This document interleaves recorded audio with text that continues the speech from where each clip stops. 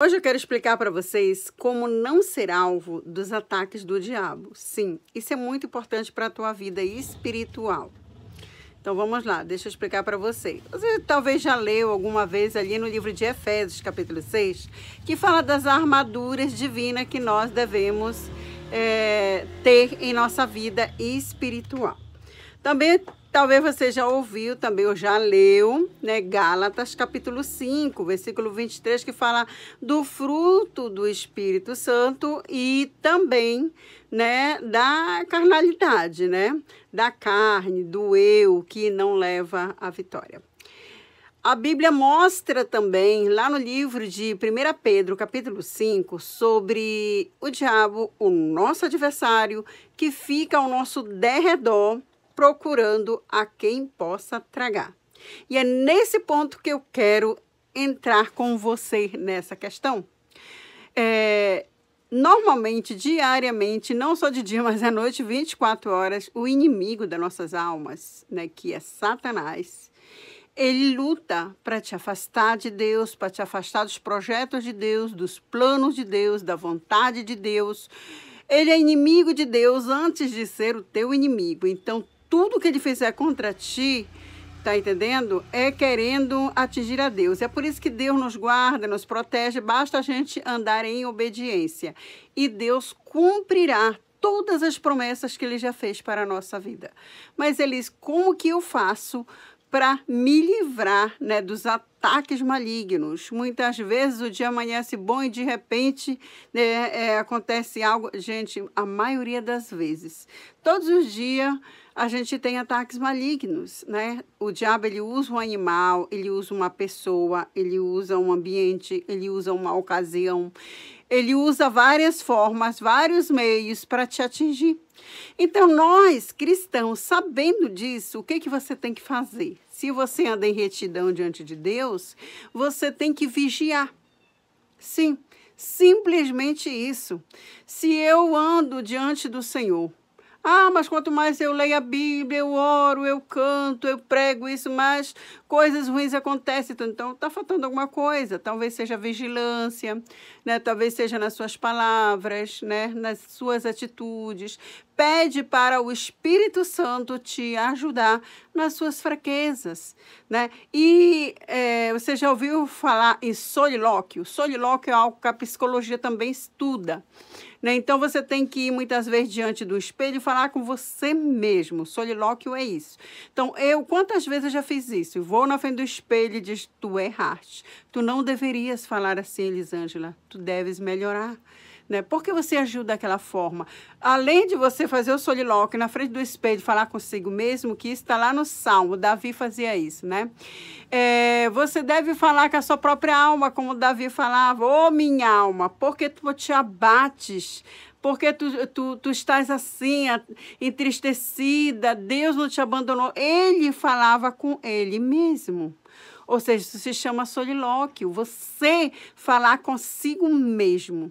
Né? Melhora mais um pouco, olha para Deus, ora mais um pouquinho. Porque você ora uma vez por semana, só quando vai na igreja, só quando vai dormir, ou só quando vai comer, se alimentar. Não, viva uma vida de oração.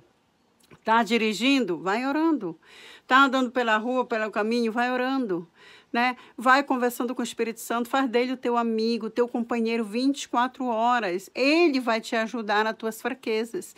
E quando você perceber, você olhar e dizer, nunca mais eu tive ataques do maligno que atingisse a minha casa. Por quê? Porque você está mais vigilante. Né? Então, quando a gente vigia, a palavra vigiar, ela vem antes de orar. Quando nós lemos na palavra do Senhor, orai e vigiai, ou vigiai e orai. Ou seja, nós temos sempre que, antes mesmo de orar, de clamar, de chorar, de se humilhar, está em vigilância orar. Porque a palavra do Senhor diz que muitas vezes o marido que trata mal a esposa, as suas orações nem são ouvidas por Deus. É justamente por isso, porque ele ora tanto, jejua, vai para um monte, clama, prega, faz de tudo, mas maltrata a sua esposa. Então, a oração dele nem é ouvida por Deus. Ou seja, o que está faltando aí? Somente a vigilância. né? Vigiar para que as bênçãos de Deus venham se cumprir sobre a tua casa, teus filhos, teus netos, tua família. Então você precisa vigiar, não é só ser crente, botar a placa na testa e dizer eu sou crente, sou salvo, vou para o céu. Não, não é isso. Senão todo mundo já estava salvo, ninguém precisava entregar a vida a Jesus, todo mundo vivia o que bem queria, bebendo, fumando, drogas, festa, tudo que não presta, tudo porque a carne, o eu, ele só pende para isso. Porém, com Jesus é diferente. Olha lá o que está no 1 Tessalonicenses, capítulo 5, 23. Diz assim, que nós prestaremos contas diante de Deus de tudo, mas de tudo que nós temos feito. Conservai o vosso espírito, alma e corpo em santidade diante do Senhor. Depois tu lê lá e medita. E há um tempo para todas as coisas, não te apressa, tenha paciência, né? Seja longânimo, use dos frutos do Espírito Santo, deixa eles aflorar na tua vida, o fruto do Espírito, né? Então, quando você vive o fruto do Espírito na sua vida, normalmente você é abençoado, você é guardado, você está no tempo de Deus. E quando você está no tempo de Deus, você tem paciência para esperar o cumprimento das promessas. E elas vão se cumprir. Então, como não ser alvo dos ataques do diabo? É vigiando. E deixar que o Espírito Santo guie seus pensamentos, seu passe, seu coração, a sua vida. E assim você vencerá. Porque em tudo, em Cristo, diz a palavra de Deus, que nós somos mais que vencedores.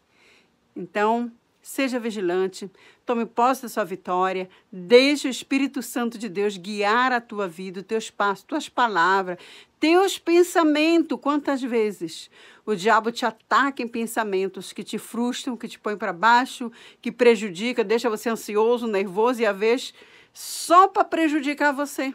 Que às vezes você acaba falando o que não deve, fazendo o que não deve, agindo da forma que entristece a Deus. E aí as tuas bênçãos não vêm.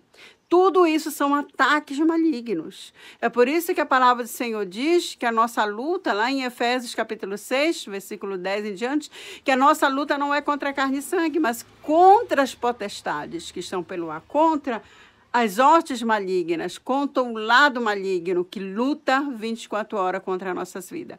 Porém, temos um Deus que zela por nós, que nos dá livramento e nos ajuda em nossas fraquezas. Então, vigia, fique na posição da vitória, porque Deus é fiel. Fique com Deus. Compartilha com mais alguém que precisa ouvir essas palavras. Talvez você pensou em alguém agora, já manda para ela, salva esse post, para você nunca mais esquecer disso e Deus te abençoar, porque eu quero ver você voltar aqui e contar as tuas vitórias, porque a sua vitória, a vitória de Deus e a minha vitória, estamos juntos. Deus abençoe a parte, Senhor.